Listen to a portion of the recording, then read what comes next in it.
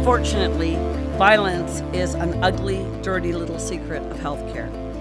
And at Toronto East General, it actually remained a secret until 2007. The former chief executive officer told me about a time he learned just how shocking that secret really was. I saw our head of security walking down the hall with some papers. I asked, "Oh, what have you been up to?" And he had just presented to a committee his annual report, which he showed me, and on it was a graph that showed the number of incidents of violence or near violence that we had had in the last year. And as someone who had been a CEO for probably 15 years, I'd never looked at those numbers until that moment, and I was shocked. We talked about the stories that go with these confiscated weapons. Was when he really, I think, dedicated the organization to changing things, to not tucking it away and keeping it secret, but to taking photos and publishing it and educating not just our organization, but everyone of what was really going on and the attention that we needed to pay to workplace violence prevention. I was shocked to see an array of weapons as deadly reminders of violence. And so the patient was not restrained, had decided he was going to run. He ran towards, through the doors into the resuscitation area. Okay. And security was right behind him, not far behind him. Code White was not called just yet because of how quickly the incident happened. And I was the nurse in the resuscitation area, so Okay. So you had a patient coming. So dashing by us, and then he couldn't figure out how to leave that area, so he ended up grabbing an IV pole and started hitting our security guard over the head. The CEO of Toronto East General and myself agreed to become partners in ending the secrecy and dealing with violence head on. So we started to build from your identification of the priority of violence into working with a violence committee. We had our specialists involved in supporting our bargaining unit leadership and health and safety representatives on the ground, and it became a partnership from the top down.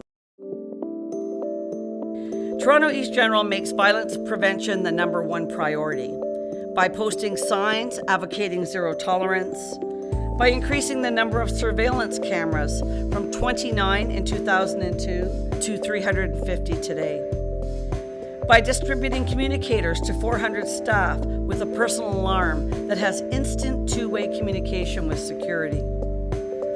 Code White response times have been reduced by more than 50%, and by flagging patients with potential for violence. When the patient comes through the triage area, once you put their health card number into the system, what comes up is a violence little box. Okay. So you know that this patient has had a history of violence here at the hospital before. So then they get a blue band. And so now everybody in the department knows. I have to say, initially, staff did have some concerns with that because, especially when they found out that the patient would be labeled for life. There was some reluctance, hesitancy, and really, I think it comes from nurses are nurturers and they're here to help people. And so the last thing they want to do is to label somebody as aggressive for behaviors that unfortunately they've come to expect as part of the job. I think overall, if people feel safe and secure, they're going to be engaged and going to be able to enjoy their work far more. It's hard to enjoy your job and be doing the best that you can possibly be if you're looking over your shoulder feeling scared. People who know that their organization is committed to a careful, thoughtful return to work are going to come back to work sooner, and also that prevention strategies mean that people don't get injured in the first place. So there is a positive impact on the bottom line, but the challenge of underreporting remains. Sadly, Some ONA members still feel violence is just part of their job. Toronto East General is trying to change their minds. Yes, one of my units, B5, one of the nurses had reported an incident, and it was the number 2000.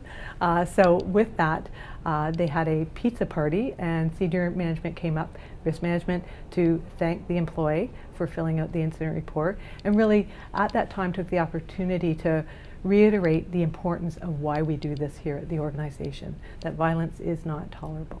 It is a work in progress. This isn't a kind of a plug and play program where you take the binder of interventions that someone else has done, plug them in and say my job's done. This is a continuous focus on improving safety, and certainly here at East General, our belief is we'll never be done. I invite you to join us to foster a violence-free workplace, a workplace for us that is safer for patients and for staff.